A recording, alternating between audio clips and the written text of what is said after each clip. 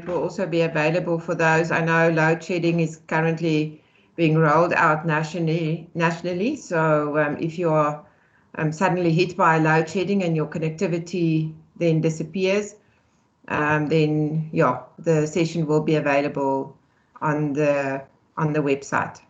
Mr. Tanner, I see your video is still on. I don't know what happened.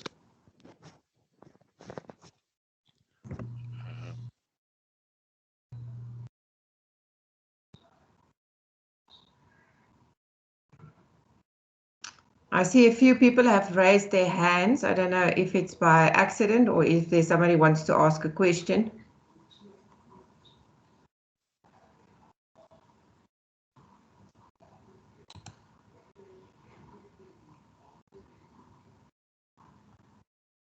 Oh, okay. Okay, good. I think we will start to the first session really is just an introductory session to the course. Please let me know if you can see the slideshow. If somebody can just say yes or no. Yes. Okay, good. So I know, first of all, maybe let me first introduce myself. My name is Elizabeth Nieuwoud. I'm an advocate. I've been doing children's work for the past 17 years. And in those 17 years, I have mainly represented children of all ages as a legal representative or as a curatrix ad litem. Like, for example, today I was in the High Court representing a 13-year-old in an urgent application that her mother launched to get her back home. So that has been a big part of my job for the past 17 years.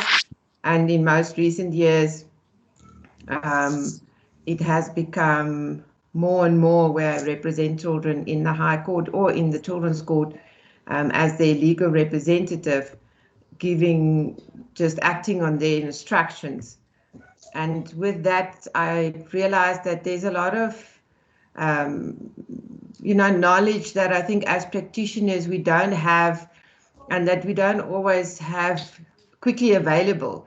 So when LEAD asked me to do training on the Children's Act and Children's Law, I thought, you know what, as practitioners, we sometimes need like a page, 2-pager or 3-pager on a topic, be it the Children's Court, be it foster care, be it adoptions. And the idea with the 9 chapters was that if really you're going to court on a foster care matter, that you print out that chapter as a Word document, you take it to court, and is just a quick reference to the processes, to the relevant sections of the Act. So this was never written as a theoretical exercise in the philosophy behind the Children's Act or the philosophy behind children's rights. I think if that is your interest, then that you would really have to go to university and maybe do an M in child law, because then they really go into the theory behind the rights and the responsibilities. So this 9 chapters that forms part of this course is really a practical look at how does it work in practice. How does the Children's Court work? How does foster care and adoption work? So one of the chapter deals with the Hague Convention, and maybe if I can just get an indication from everybody here, I can see some of the names, and I know some of the names, so I know some of you are lawyers. But then also maybe an indication, is there some social workers here on the group? Nou was nou nie dubbelkring, ons het net vir een vandag en dan het ek Hello. I think somebody sorry, there's a background noise somewhere. And as I say, well, I can see, as I see some of the people on the group, I know the names, they are attorneys, but are there social workers on the group?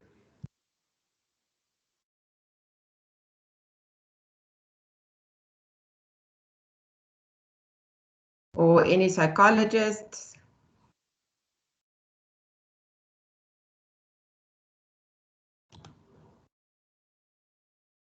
Okay, so most of you, it would seem, is in the law. So you go to court every day, and you deal with the procedure of a court and a court case. I know the last year when we had the training, there was some social workers on the group who then also did the course. So that's, as I say, introductory, just what is this, the purpose of the course and what we're dealing with. So the Hague Convention, I'm not sure if some of you have dealt with that before, but I'm sure the opportunity, those cases are not a lot. I know if you practice maybe in Johannesburg and Cape Town, I know those cases tend to be more prevalent in those two jurisdictions. So you might have come across some of those matters, but as a legal practitioner dealing with children, I think the High Court having that knowledge of the Hague Convention and the procedures of the Hague Convention can be really helpful. And I really try to break it down into a simple process. Then also, in the reality of South Africa, a lot of people at some stage before COVID left the country with children. And then there's always a left behind child. So the question is, what do this left behind parent, pardon, what does this left behind parent do? If, for example, they want contact with the child that's now living in Canada or America or Australia or England, and I don't think there's a lot of people that know that in terms of the Hague Convention, there's actually a process that you can follow to get contact with that child that's now in a foreign jurisdiction. So I included the Hague Convention just so you look at that. And then something that is very contentious is inter-country adoptions. It depends on what philosophy you follow, if you have a look at that. But I also included that because I think as legal practitioners, you might get a client that comes into your office that asks your opinion about that, maybe an adoptive parent that want to adopt a child from a foreign country. Then you have, again, a quick reference that you can go to and have a look. Then also the one thing that, again, I think is very controversial in practice is the offences or the contempt proceedings. I'm sure if I have to go around the group, I'll find a lot of you that say, well, I have a client that has a right, he or she has been given a right by a court, by a children's court, so for example, for contact or for telephone contact or physical contact, and it's not happening. And then usually the question is, what now? What remedies do your client have? Do they go back to court the whole time and get new orders and new orders? But that doesn't make sense. So the one chapter deals with just offences. So if there's a court order, there's a contempt, what process can you follow to help your client in terms of the contempt proceedings? How do you start it? How does it work? And what is the possible sentences that you can get in terms of that? So I don't know if there are any questions with regards to that at the moment. I will try to follow the chat, so if you want to maybe put in something in the chat room, I can also answer your question there. I might not be able to type, but I can answer. I don't know if there's any questions up to now. Okay. Then, as I said, we're dealing with the purpose, purpose of this. Then the online discussions, there was some confusion about that. Last night, unfortunately, I was struck with load shedding. So with that, the internet connection went down.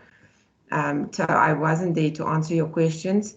Today was again load shedding, and I was in court. So I will every Wednesday evening from 5 to 6. I will be online to deal with your questions that you want to ask with regards to maybe the portfolios, the training material. And I know from last year, a lot of times that the questions is practical ones. I'm sitting with this kind of problem or that kind of problem that I'm currently dealing with, and then you just want some advice. I don't have a problem if you do that. We can also remember, everybody can see your question. That's part of this group, and I'm sure there's always a lot of helpful answers that follows if everybody shares their problem. So you can more than welcome to do that also on the online discussions.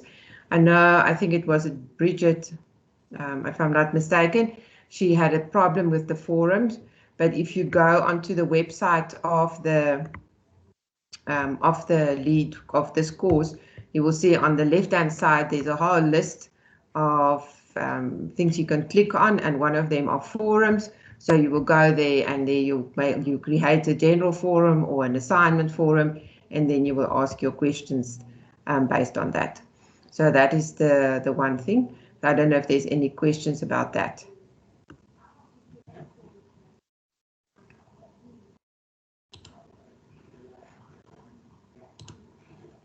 Sorry, I just want to. So then the other, I just want to go out of here. So yes, thanks, Bridget. I see it was sorted. I'm glad it's sorted, that you found it. Then the other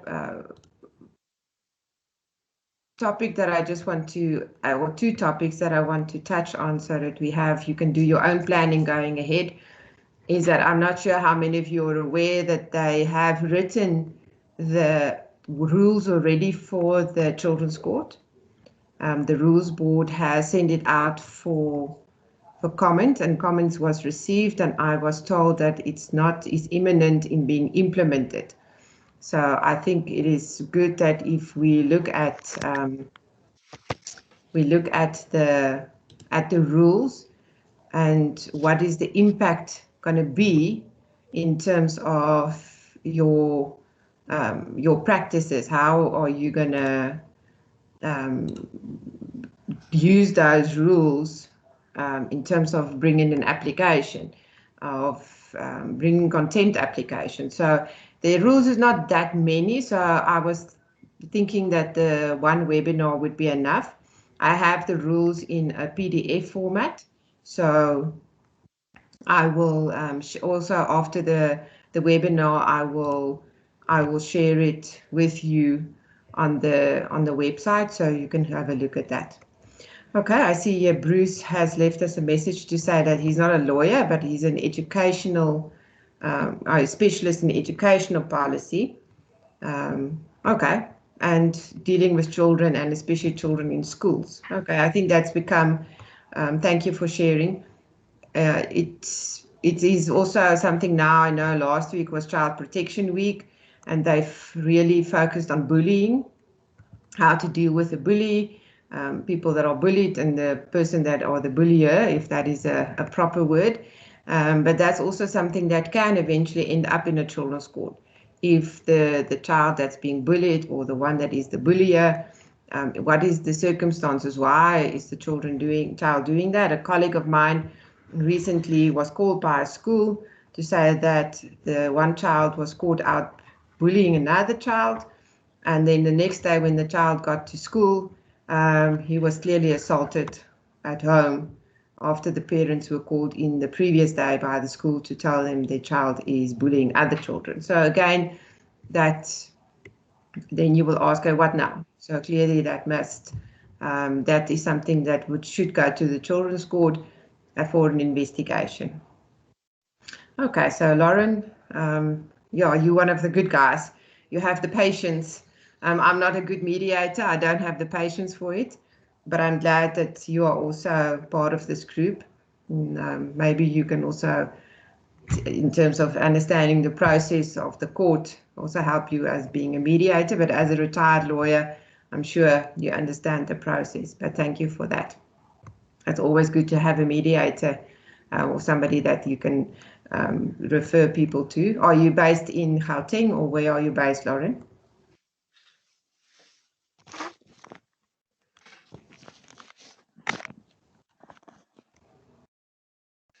Okay, I'm sure she'll just give us an indication of where she's based, because I know people are always looking for good mediators.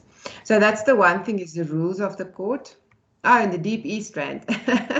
I don't know myself, I'm sorry, but yeah, the East Rand is, I think if you live there long enough, you love it. And if you're looking at it from the outside, you're always a bit skeptical, but yeah, I'm sure it's your home. And so we won't say anything bad about the East Rand. So the rules, we'll have a look at the rules, and I'll also upload it to the website, as I say. The other webinar will deal with the proposed amendments to the Act. Unfortunately, it seems the amendments, although last year there was indications that it will be finalized and it will be published and it will come into effect. But it's now going round and round in terms of comments, further submissions to Parliament. So some of the proposed amendments deal with guardianship. I'm sure you that deal a lot with people that come to you with, I want to be appointed as a guardian. You go like, oh, okay, put down 10 or 20 or 30,000 Rand because you need to go to the High Court. So one of the proposed amendments is to take the guardianship into the Children's Court. But unfortunately, for some reason, which I don't understand why, there is now sort of a limitation to that, in that it is only for children that are orphaned or abandoned. So any other guardianship still needs to go to the High Court. Again, not quite sure why, if they give the Children's Court jurisdiction to deal with guardianship, do they want to limit it? I know a while ago, a few years ago, the people from the Law Reform Commission said there's a lot of, almost, let me say, politics in that some people feel like the High Court is the upper guardian, and as the upper guardian, they shouldn't be sort of excluded from dealing with that, which, yeah, that nobody says they are being excluded. It's just really making the getting of a guardianship order just much easier and much cheaper than going through the whole High Court process, where you need to appoint social workers, private social workers, or try to get a state social worker to give you a report. For me, that's working for legal aid. Getting a social worker's report sometimes at the Department of Social Development or another NGO is really problematic, where if we can go through the Children's Court, there's statutory workers that can get involved, which will make it much easier. So one of those are the amendments, and then some of the other amendments deal with the rights of, let's call it still natural fathers.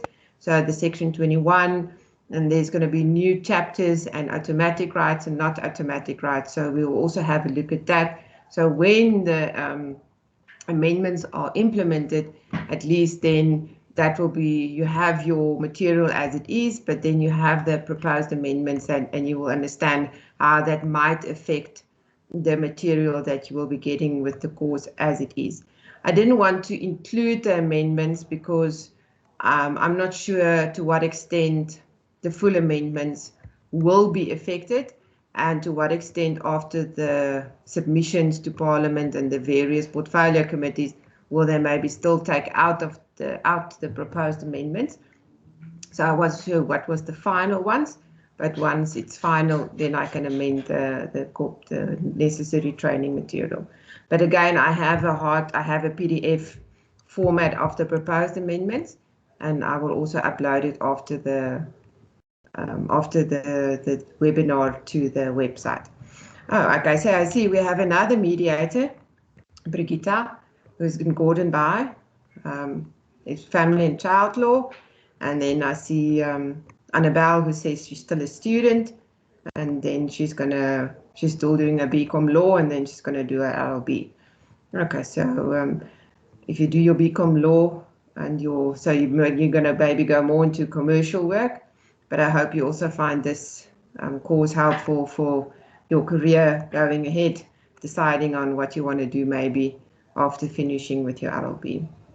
I hope it's not too cold there in Gordons Bay. I know here we're very cold, so I hope it's not too windy and too rainy there in the Cape. Okay, so Marissa already, there's an email address for Lauren if somebody is looking for a mediator. Thank you, Lauren. I appreciate that. Then the last thing is the portfolios. There will be 2 portfolios, and I know a lot of time people want to know what's the format, how long must it be, and I did try to, when I upload the first portfolio topics, I did try to sort of set out how I want it. In terms of I see now, that's why I want to know who's doing the course, and I see if there's a mediator. I don't know, Brigitte, if you had any legal training or you're just a mediator, but if I say it is in the form of a legal opinion or heads of argument, then for those that maybe just have a social worker background, then so in the format of a report. So if you want to write a report to a court or a report for a client, then the portfolio and the questions, answering the questions in the portfolio can be very much in the format of the report that you would submit to a court or to submit to a client. So basically, I just want to see. Okay, no, that's good, Brigitte. Then that's fine. Then you have an idea. But that's why I'm not too, I'm not here. You're not students. You're not scholars. I just really want to see that taken from the question, that you understand the question, and that the material that you've got from the first 4 chapters that you can apply to the question that I've asked. So if I can see that you can do that and that you understand it, I'm not now going to give you less of a score because it's not strictly speaking in the format of a legal opinion or a heads of argument. So it's just basic that I can see that you understand what the work is about and that you can apply the fact. So that is the portfolio 1 that has already been published on the site. I just want to make sure that everybody see the portfolio and were they able to access it. If not, you can maybe just give me a message and then I can ask Grace. I see Grace, the administrator, she was on the group. Oh, okay, thanks, Edna. Okay. Nolatandu, that's very interesting. So you have a different insight into children. I think that's good to have that kind of background to deal, if we look at child law and the children that we deal with, it's good to have that social worker or social science, if I can call it that, background or educational background with the legal qualifications. And which area are you situated?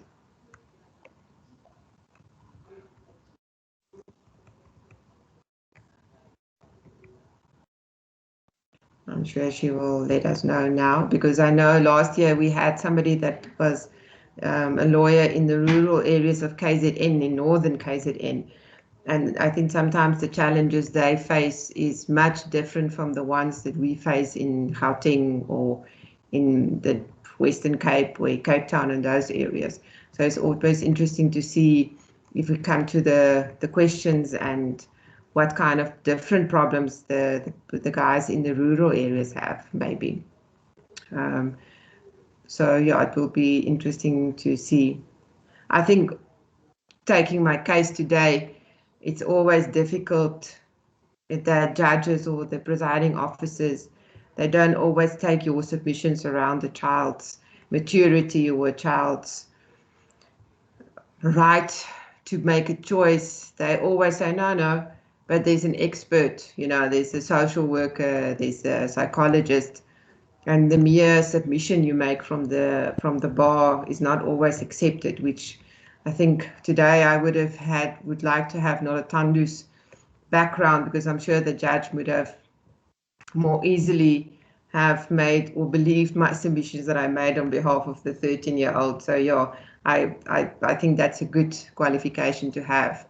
That would be interesting to see. Okay, I see Marissa. She's also a mediator to practice in family law. Okay, good luck with that one. I think some people that are here, I think Etta Smith, I know her, she's an attorney in Kempton Park. Etta, how long have you been in practice? A few years, also in family law. So yeah, I'm glad with the family law. I hope your dreams come true and that it is what you hope for. I think sometimes the family law can be very tiring, dealing with the people's emotions and the irrationality sometimes that come with that. But yeah, we hope all of you, we can help you a bit with that.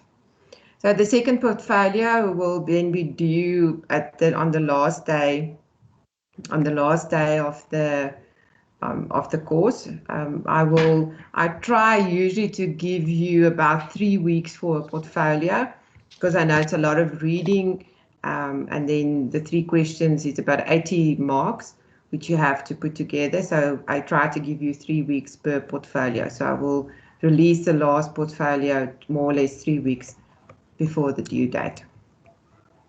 Okay, I don't know. As this the first webinar, I really just want to just introduce myself and get an idea of who's here, and then our second webinar will be then dealing with the substance of the course. Oh, okay, Ita. So 2006 has also been a long time. 15 years is a long time. Oh, okay. Nolatandu from Durban. Oh, you're from Durban, but you're now in Gauteng. Oh, okay. You're working at the Oprah Winfrey Leadership. Okay. Well, that's good. It's good to have people from all walks of life joining us. That would be interesting to see, also get your input into that.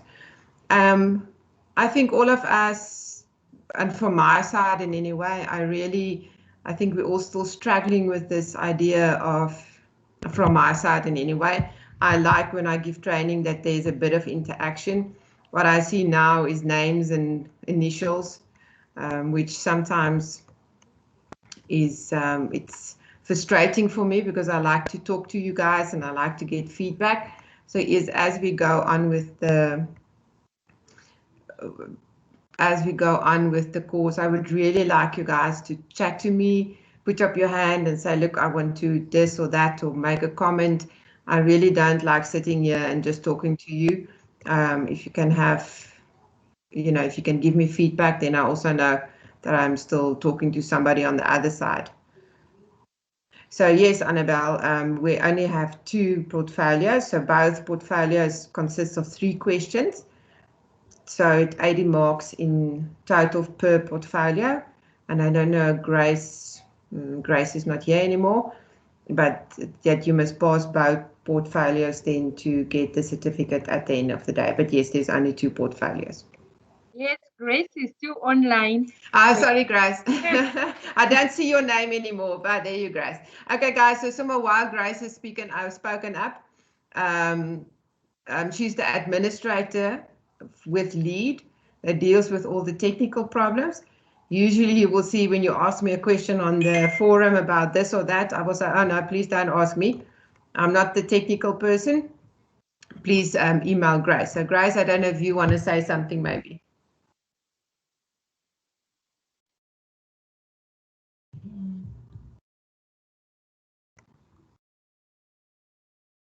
Oh, I seem to have lost Grace.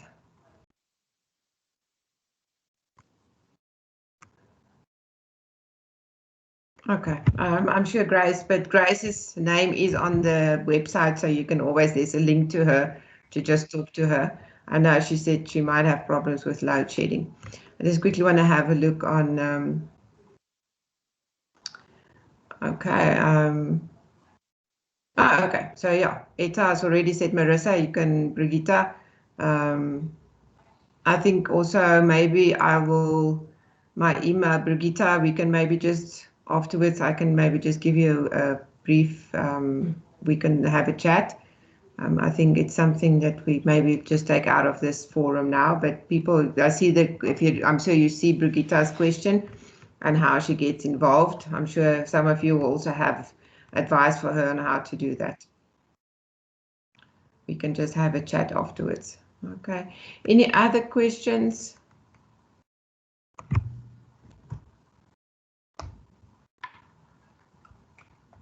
Okay. So the next webinar, so we can just all be on the same page. Let me just quickly get the date before I lie to you guys.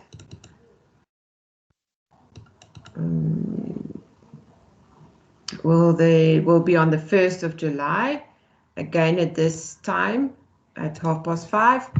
Also, I'm more than willing to start a bit later. I don't know if you guys is 5:30 fine, or do you want to maybe start a bit later or earlier? I know last year there were some people that was concerned that if we start at 5 o'clock, then you still might be stuck in court and you might not be in time. So if this is 5:30 is fine, it seems.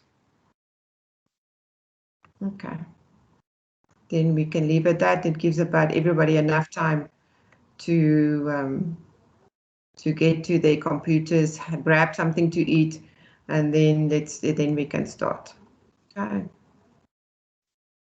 Okay. It seems that the general consensus is that 5:30 is fine. Okay. Any other questions?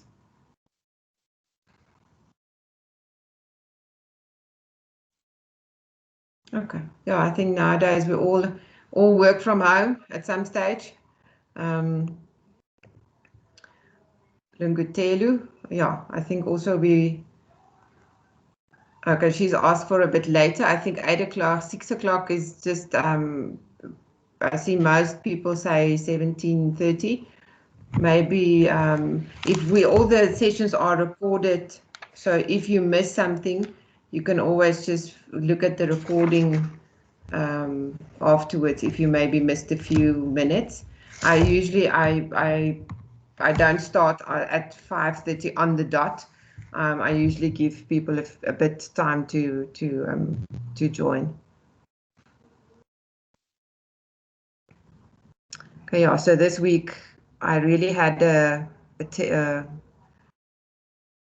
good understanding of virtual courts and load shedding. And I was talking this morning to this 13-year-old that I was represented, and I said, no, virtual court and virtual webinars and everything is all good and well. But living in South Africa with load shedding, that brings a different challenge to it.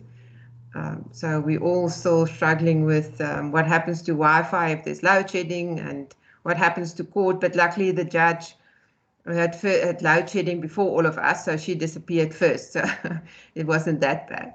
But yeah, it's a challenge for all of us nowadays. Okay, good. Okay, guys, then you must have a wonderful evening, and then we'll see each other on the 1st of July. And then every Wednesday night, I'll be online ready to take your questions on the portfolios, but also if you just have a practical question, you're more than welcome to post it there. Okay, if there's no other questions, then yeah, goodbye. And then Brigitta, if you want to stay behind, then we can quickly have a chat.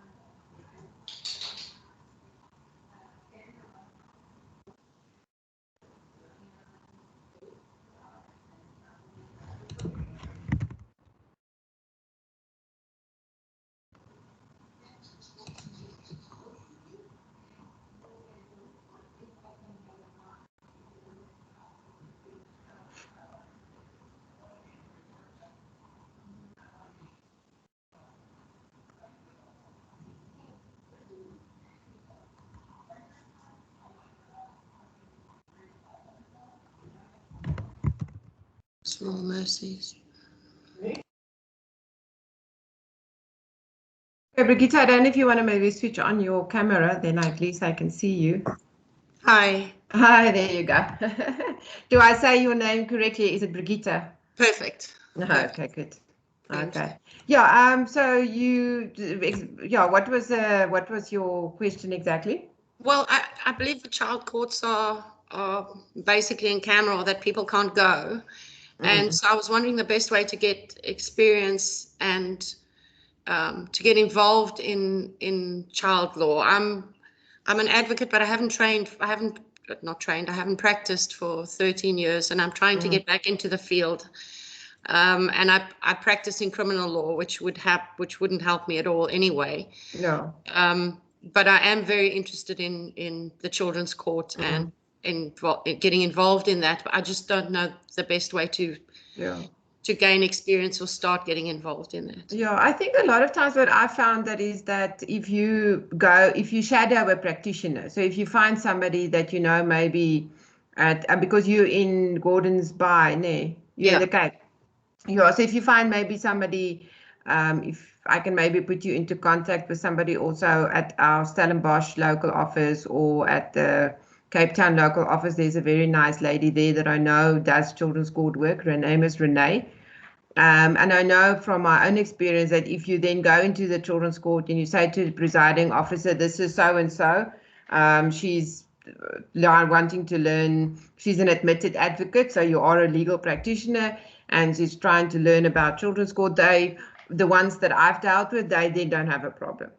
I would really appreciate Yeah, so usually they will just say, ask the other parties, do you have a problem if this person, which is then usually the parents, but most of the time, and I must say, I haven't found anyone that has made an objection, because you're a lawyer and you're there just to learn about something. But I will, I'm quite close to Stellenbosch, and I'm happy to work pro bono as well, just to gain the experience. I'm willing to put in the time to gain the experience. Yeah, I will. The lady in Stellenbosch, I don't know that well, so let me first check with her before I just give out her name. The other lady in Cape Town, I know better. But I'm sure the lady in Stellenbosch would also not mind, but I just want to check with her before I give out her name. I'd really appreciate it. Yeah, and then just just shadow somebody and just see if because also children's court, sometimes it can be a bit much, but I think it's also good that you go and see it yourself and see if it's what you the idea that you had about it, it's correct. Yeah. Well, I know criminal work is not for me, so it's a good start. I think also the children's work is more, can I say, rewarding almost, in terms of